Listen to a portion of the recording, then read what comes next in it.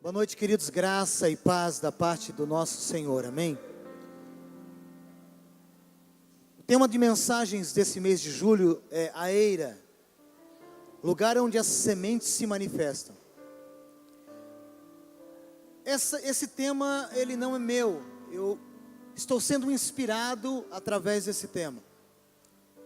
Vi na internet esse tema e ele me chamou a atenção. E nós iremos trabalhar durante o mês de julho, hoje é o dia 1º, de uma forma profética, para desatar na tua vida muita coisa que Deus tem ainda para desatar em nome de Jesus. Diga amém. Provérbios capítulo 11. Antes de falar, eu queria que fosse colocado aqui mais uma foto da eira e o significado da eira, biblicamente falando. Essa é uma eira dos tempos de Jesus, do Velho Testamento também.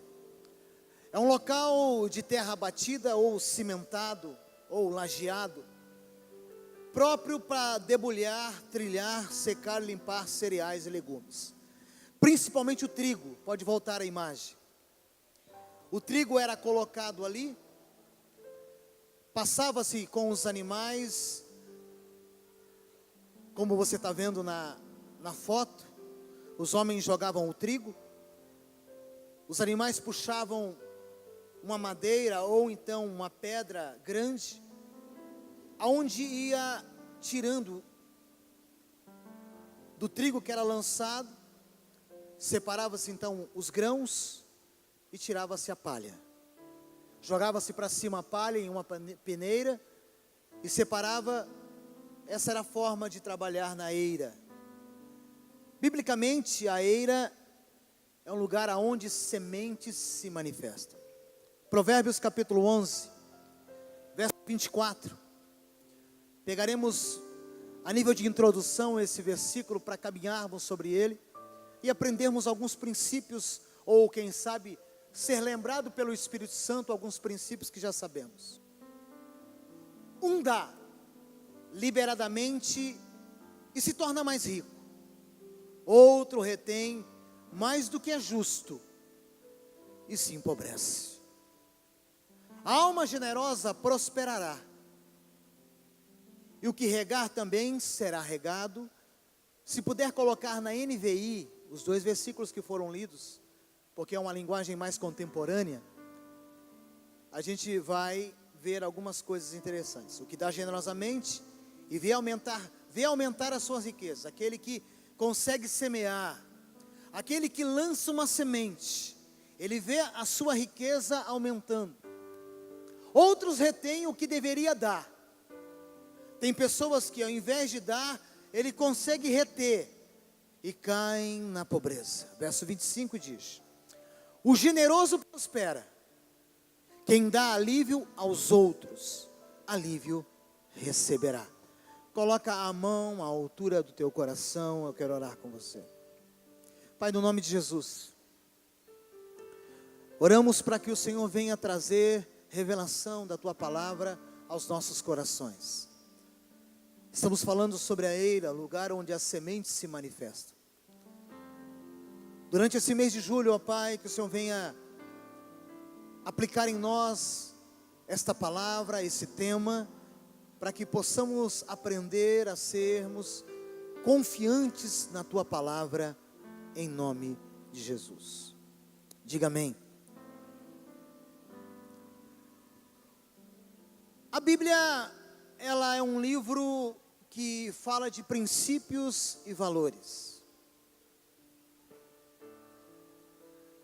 Um dos princípios fundamentais da palavra é o de dar, é o de plantar, para que eu possa receber em troca o que eu planto. É um princípio de multiplicação, é um princípio de confiança, é um princípio de generosidade. O versículo 24 do 11 de Provérbios, muito obrigado, querida, Deus abençoe você poderosamente. Ele nos fala a esse respeito, que tem gente que é generoso, gosta de plantar, planta um cone, depois a gente conversa. Amém? Rapaz, vende um cone sensacional e delicioso. Já fiz o merchan, depois a gente conversa. Você semeia e eu como.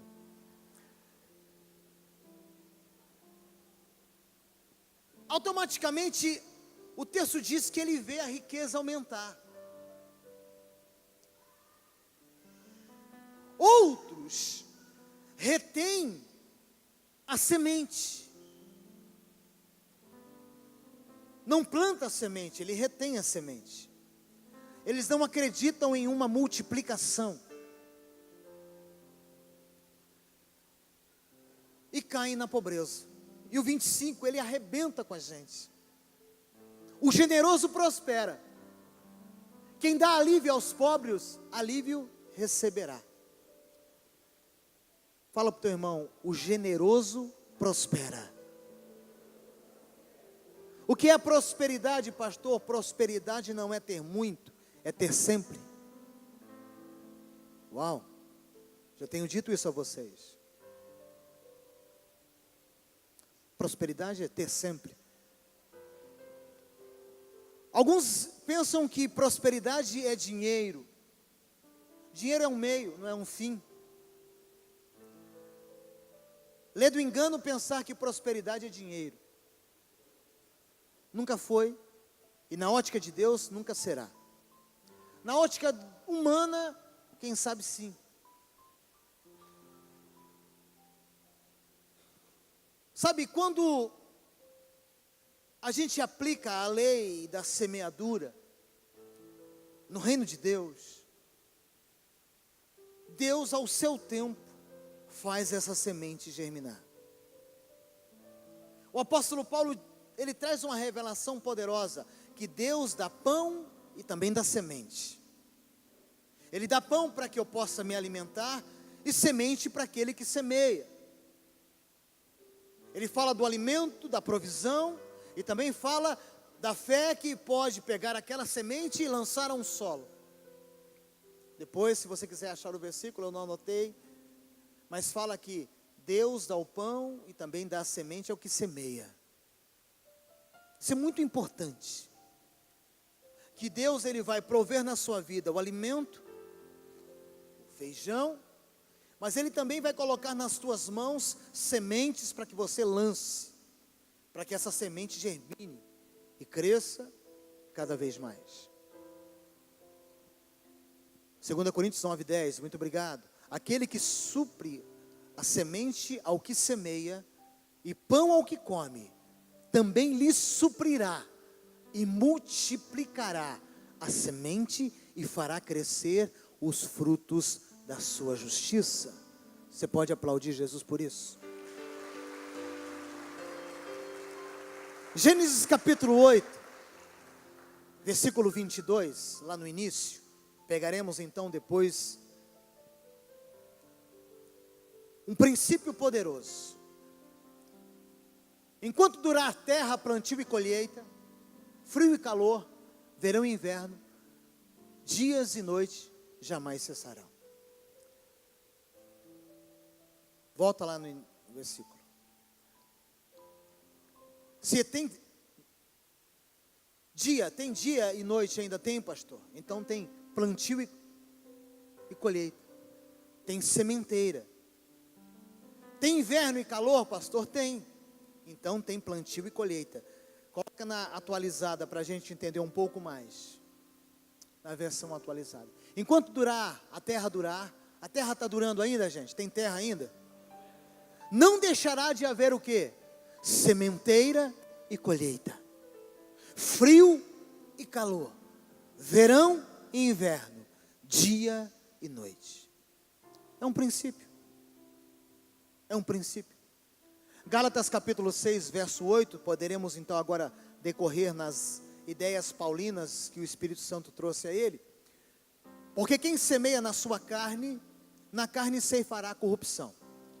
Veja bem, existem princípios de sementes, que podem ser sementes no mundo natural, Paulo está dizendo, e ele fala também que existem sementes no mundo do Espírito, que a gente colhe para a vida eterna. Alguns colhem hoje enquanto estão vivos, e outros colherão para a vida eterna. Tudo aquilo que eu faço, tudo aquilo que o Marcos existe, porque o Marcos ele existe, Deus tem um sonho e me criou, tudo que eu faço são sementes. Tudo que eu faço são sementes que eu posso colher em vida ainda, ou para a eternidade, diz o texto de Paulo. E temos que entender essa lei. Seria como que entender a provisão divina. Em Lucas capítulo 4, verso 25, Jesus em um diálogo, Lucas narrando o diálogo de Jesus. Em verdade vos digo que muitas viúvas em Israel nos dias de Elias, quando o céu se fechou por 3 anos e 6 meses, de sorte que houve grande fome por toda a terra. Diz ele que haviam muitas viúvas. Olha o verso 26. E nenhuma delas foi enviado Elias, senão a viúva de Serepta de Sidom. Jesus está dizendo, olha, haviam muitas viúvas, e eu enviei o meu profeta Elias na casa da viúva específica. Diz o texto lá em 1 Reis depois, que quando esse profeta sai, que ele profetiza que não ia chover no reino de Acabe, ele fica durante um período sendo sustentado por corvos num riacho de Querite. Depois que esse riacho ele seca, Deus envia ele para a casa da viúva. E quando ele chega na casa da viúva, na perspectiva que eu tenho na cabeça de Jesus, certo? Jesus fala para o profeta, olha, a viúva vai te sustentar, mas Deus queria realmente traçar um plano de prosperidade de sementeira. Na perspectiva não era a viúva que sustentaria o profeta, mas o ato profético é que o profeta mudaria a vida da viúva.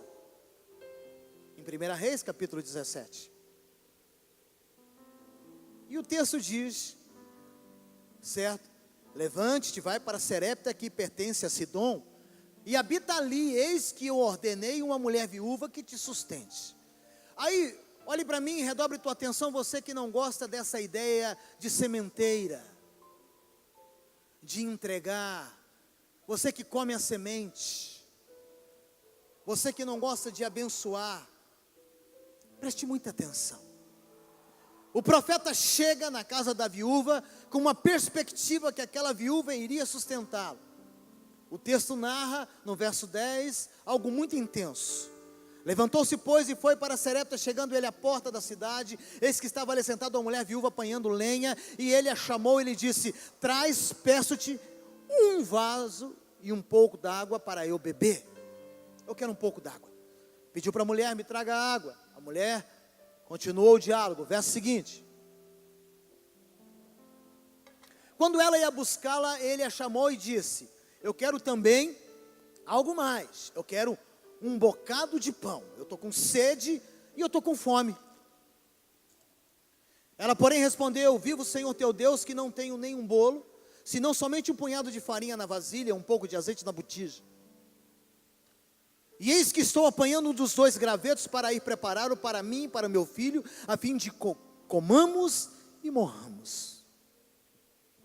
A perspectiva dessa mulher era morte. A perspectiva dela seria a última alimentação.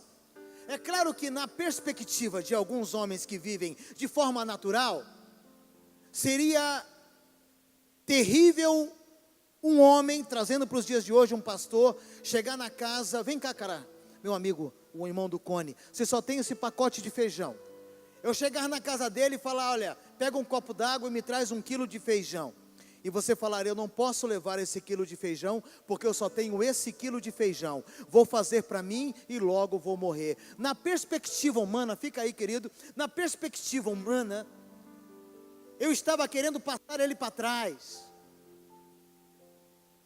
Na perspectiva humana, eu estava querendo algo para benefício próprio. E quando ela pede, obrigado querido, pode se assentar.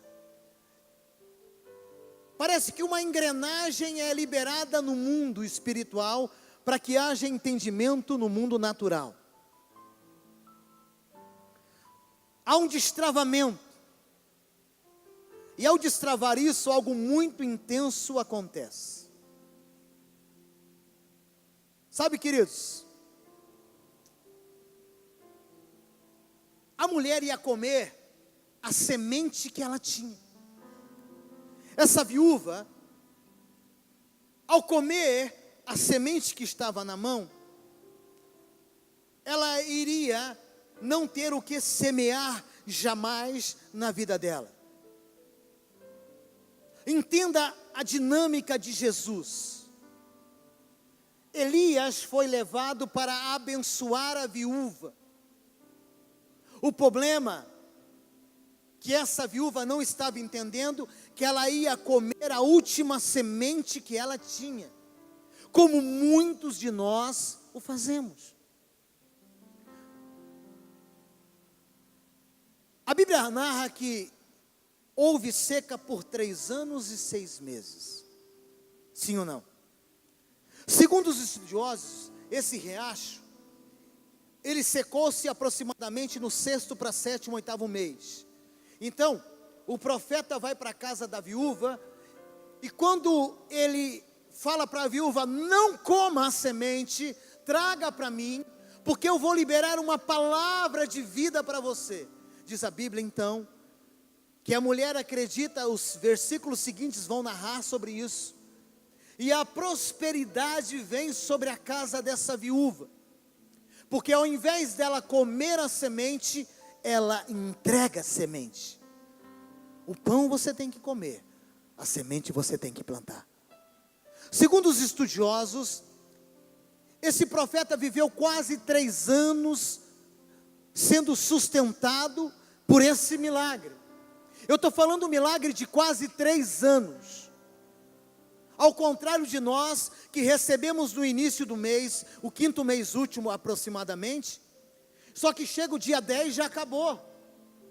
Tem uns que chega o próprio dia em que ele recebe, ele come tudo, ele não consegue semear, para que aquela semente consiga se manifestar no mundo espiritual, para que Deus possa abençoar, conforme foi lido aqui em Provérbios capítulo 11.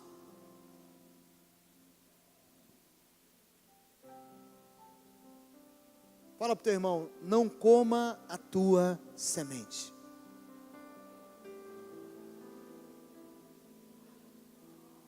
Eu preciso entender essa lei e observar atentamente os princípios dessa lei, baseando-nos sempre no fato de que podemos até escolher o que semeamos, mas seremos obrigados a colher o mesmo fruto que semeamos.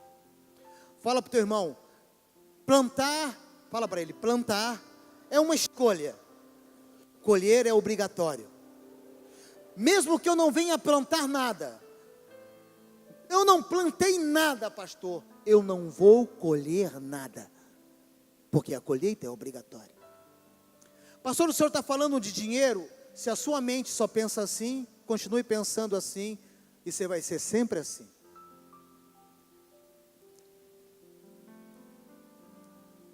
Tem muitas pessoas que não plantam abraços, afeto, carinho, palavras de elogio, honra. Tem casais que não sabem semear uma palavra de esperança. Existem pais e existem filhos que não conseguem dar abraços, plantar abraços, sentimentos. Não conseguem expressar na vida do próximo algo que venha gerar vida na vida dele. Dentro de uma igreja você é apenas um espectador, somente um espectador. Você nunca tem nada para semear. Dentro da tua família, você quer que as pessoas o sirvam. Você é rodeado de pessoas e elas têm que te servir. No teu trabalho, não é diferente. Você quer viver com que alguém ministre na tua vida uma semente. Só que você não consegue ministrar na vida de ninguém.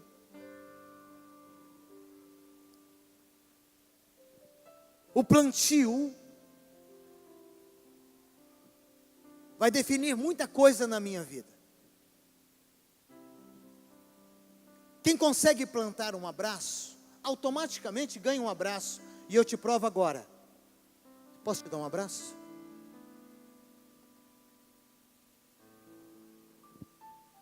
Só quem entendeu, diga amém.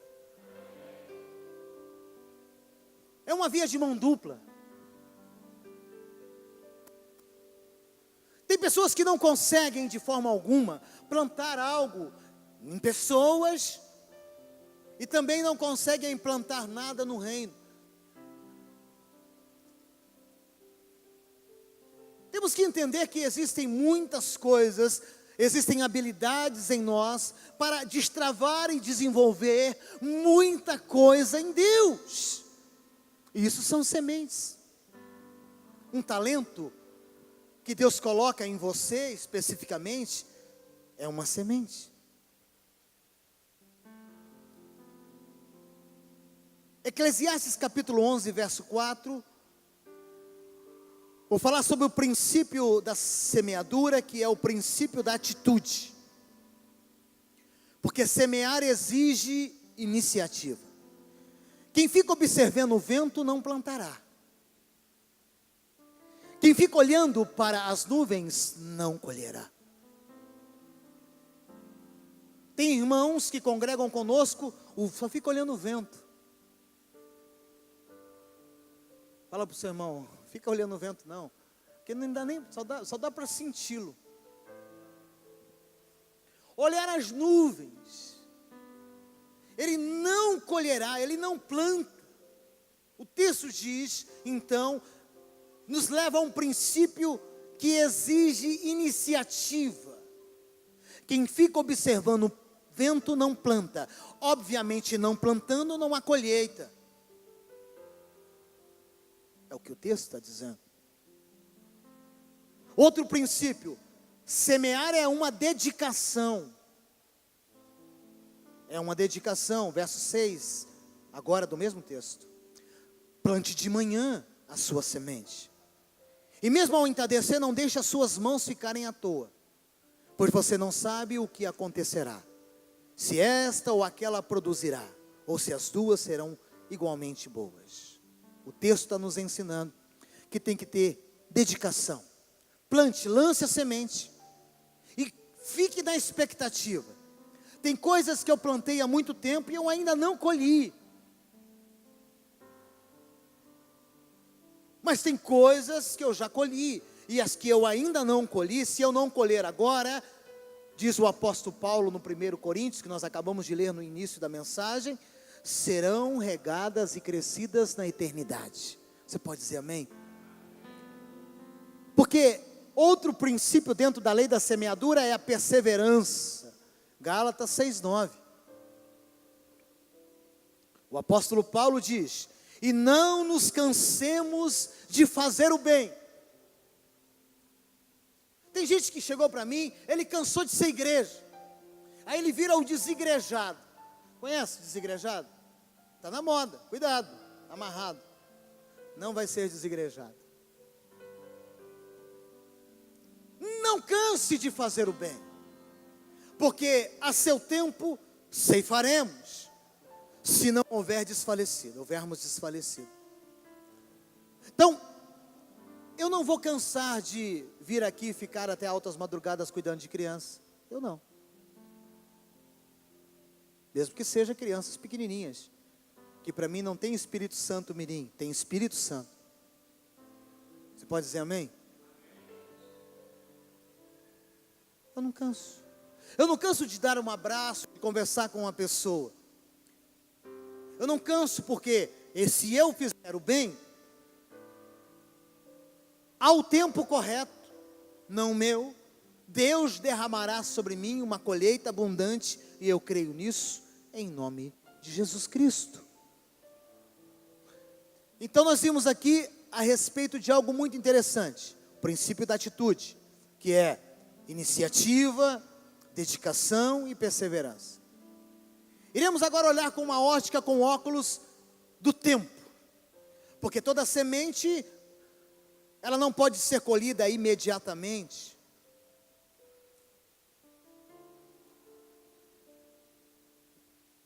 Existe um tempo a qual essa semente vai germinar. Existem plantas principalmente plantas frutíferas, árvores frutíferas, que demoram um tempo para dar os seus frutos. Em verdade vos digo, se o grão de trigo caindo em terra não morrer, fica ele só, mas se morrer, dá muito fruto. E Jesus estava falando dele mesmo,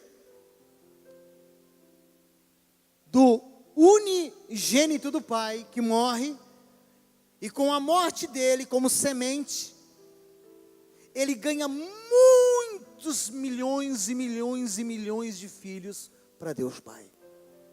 Uma semente plantada no tempo certo, Deus escolheu muitos filhos. Você pode dizer amém? Glória a Deus. Jesus investiu a vida dele para que novos irmãos do nosso irmão mais velho Jesus conhecesse o Pai, como é o seu caso, como é o meu caso hoje, que vivemos para Ele. Então, dentro desse princípio também existe o tempo de sacrifício. Lá em Salmo 126, versículo 5. O sacrifício. Porque não é fácil se abdicar. Não é fácil acreditar que aquilo que eu posso comer vire uma semente. Estou falando de tempo. Somos a geração fast food. Ou a geração Netflix.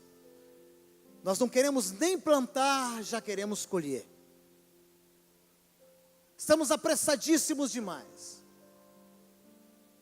Nós não conseguimos, eu já disse aqui em outra mensagem, ter mais uma internet de apenas 10 megas. Nós queremos 100 megas.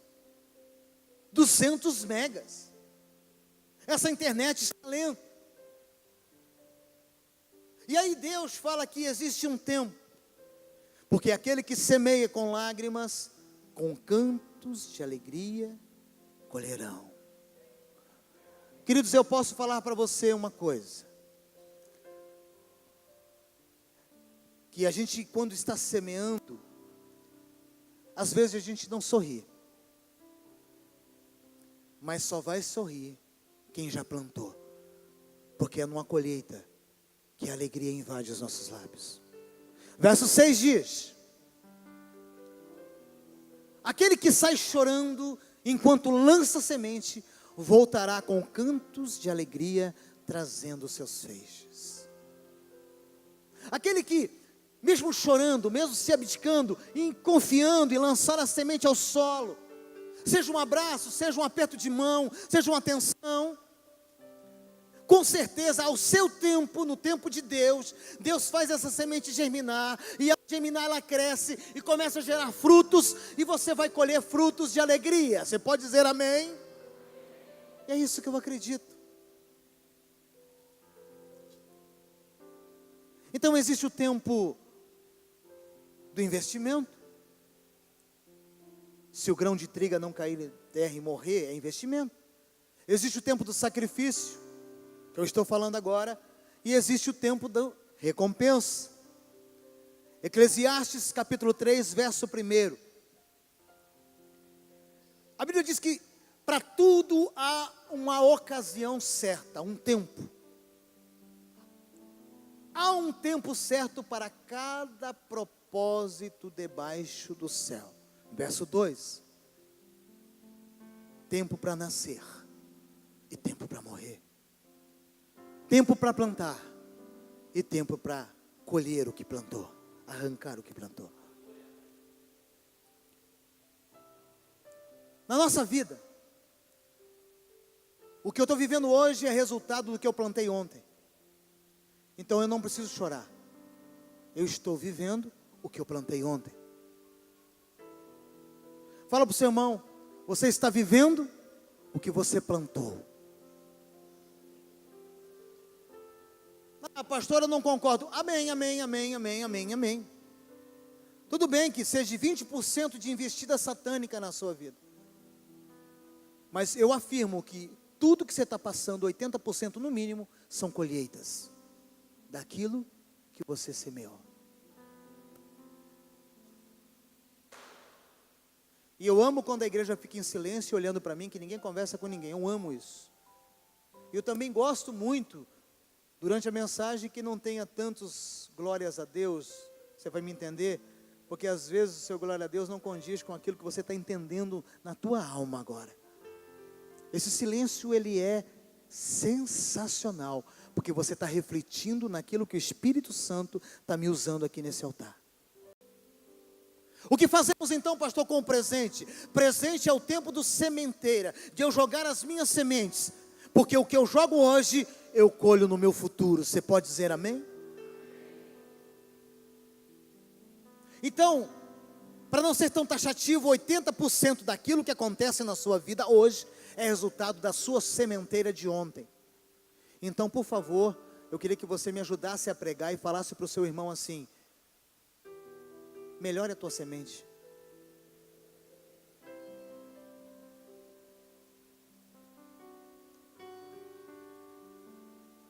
Terceiro princípio que eu quero falar diante da lei da semeadura é o princípio da compensação. Olhe para mim e redobre tua atenção.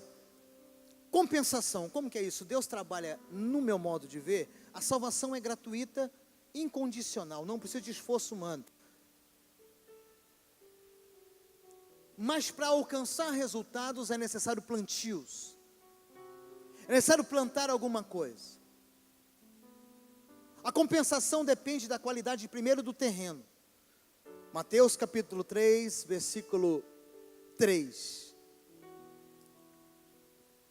E eis que, Mateus 13.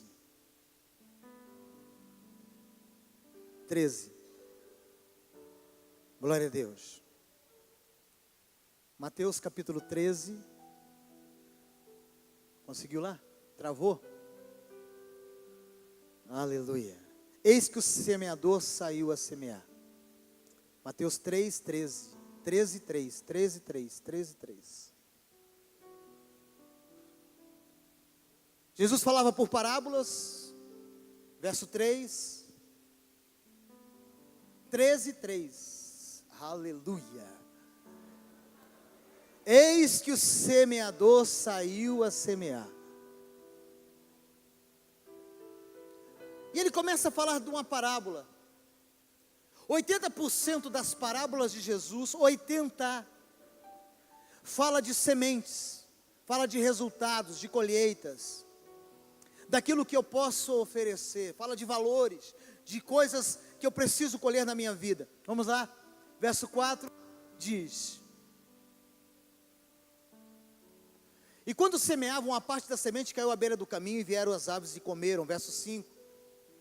E outra parte caiu em lugares pedregosos, e onde não havia muita terra, e logo nasceu porque não tinha terra profunda. Verso 6, mas saindo o sol queimou-se, e por não ter raiz secou-se.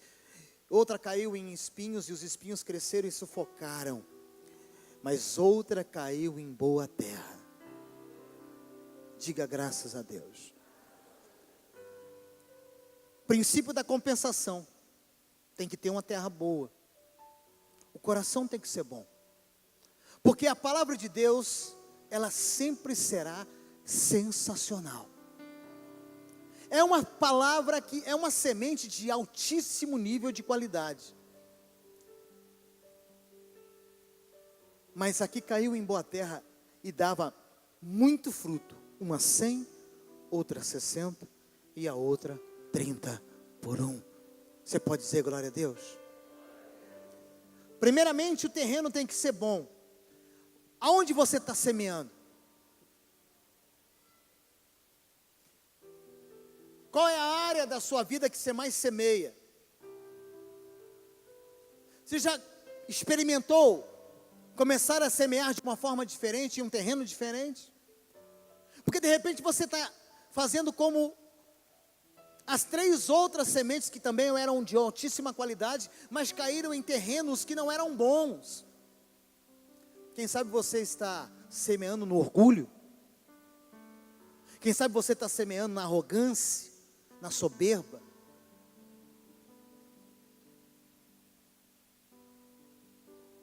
E continua colhendo mas não colhendo como devia colher, a 100, a 60 e no mínimo 30 por um. Deixa eu fazer uma pergunta agora que vai abalar a tua estrutura. Eu queria que você perguntasse para o seu irmão, mas primeiro você vai falar para ele, você não precisa me responder. Falar para ele, você não precisa me responder.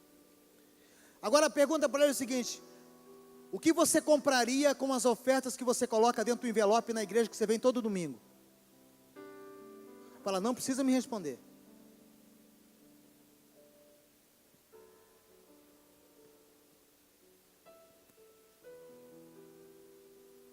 Pergunte o que ele compraria. Ele não precisa responder.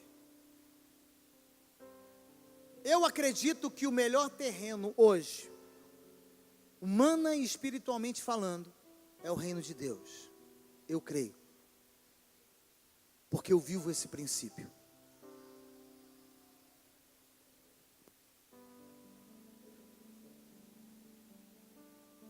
Diga glória a Deus. Diga aleluia. Bom, o princípio da compensação também depende da qualidade da semente. Se for boa, a compensação depende da proporcionalidade das sementes. Quantas sementes eu vou plantar?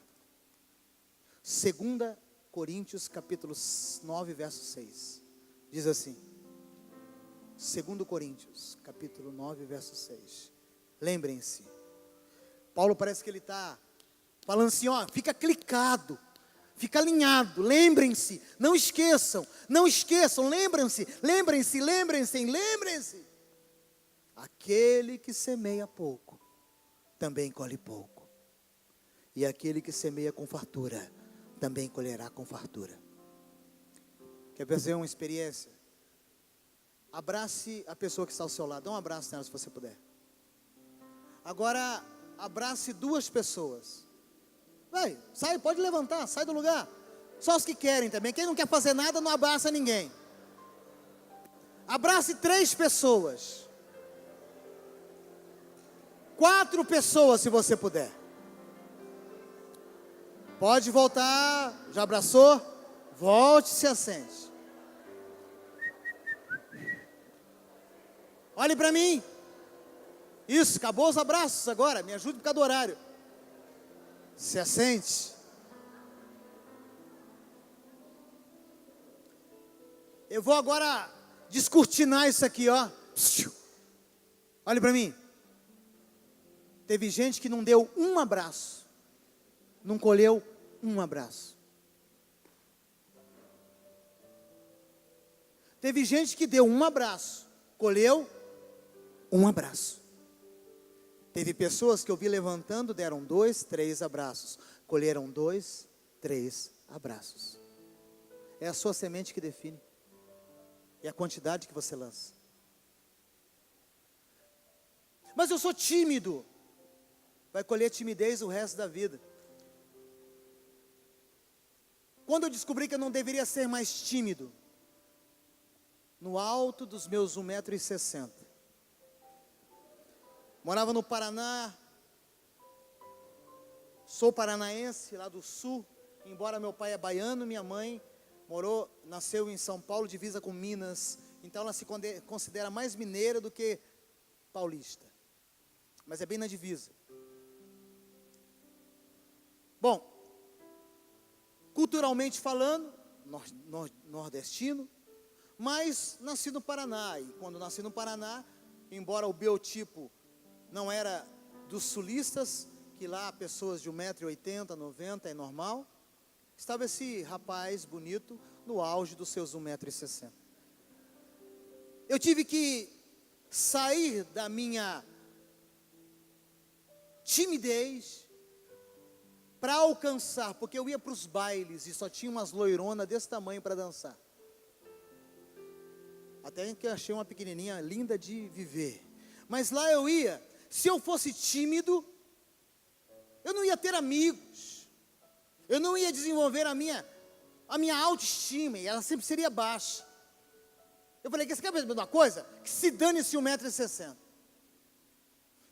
Saí da minha timidez e comecei a ser generoso. Por isso que eu acho que Deus, Ele tem um negócio, mesmo antes que a gente não entenda. Deus, Ele começa a olhar a gente lá atrás, para depois nos colocar em lugares onde nós não iremos entender aonde Ele quer nos colocar. E eu fui muito falante sempre, gesticulo muito, falo, gosto de amizade, não fico no anonimato, saio, porque na minha vida eu vim para estrear. E sempre plantei muita comunicação, sempre fui muito afetivo e sempre fui muito carismático.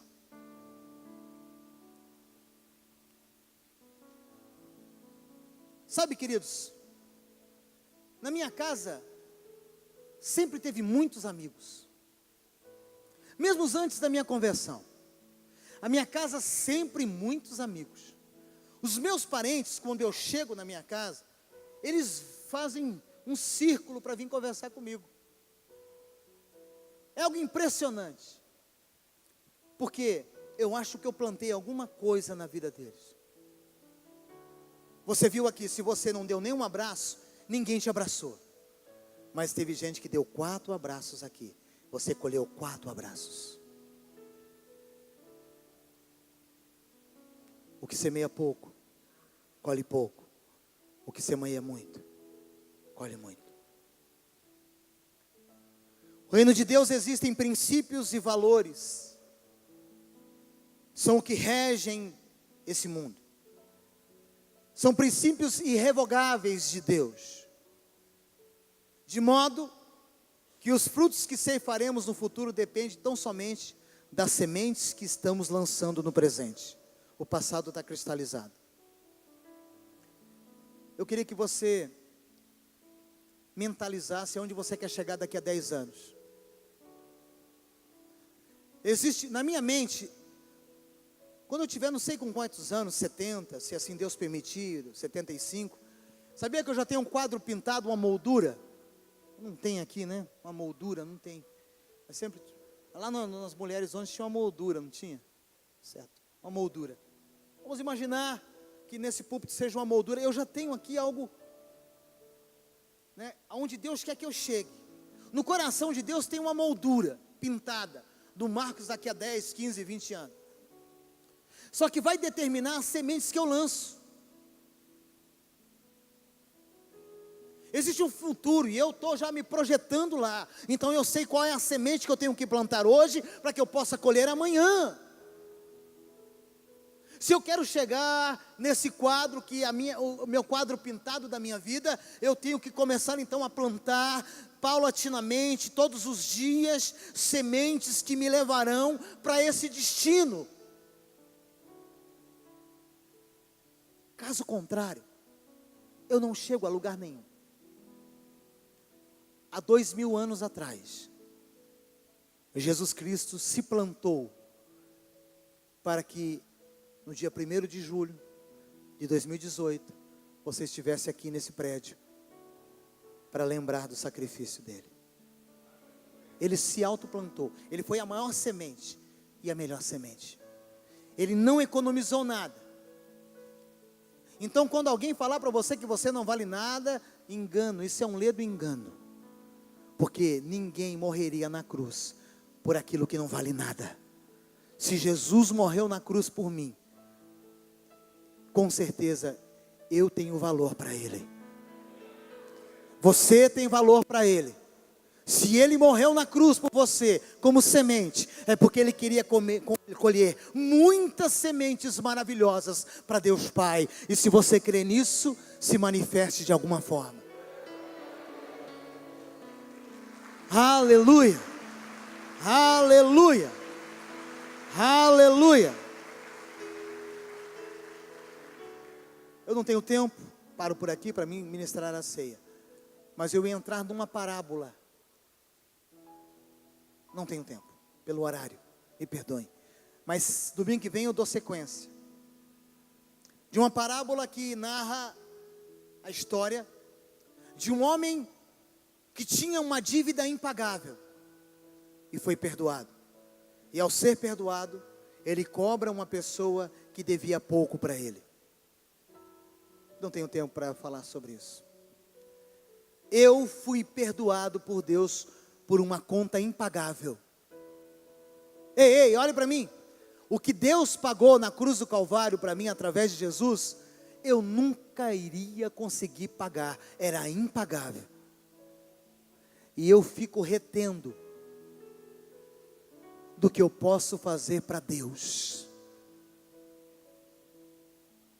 Não tenho tempo para falar sobre isso. Vamos cear.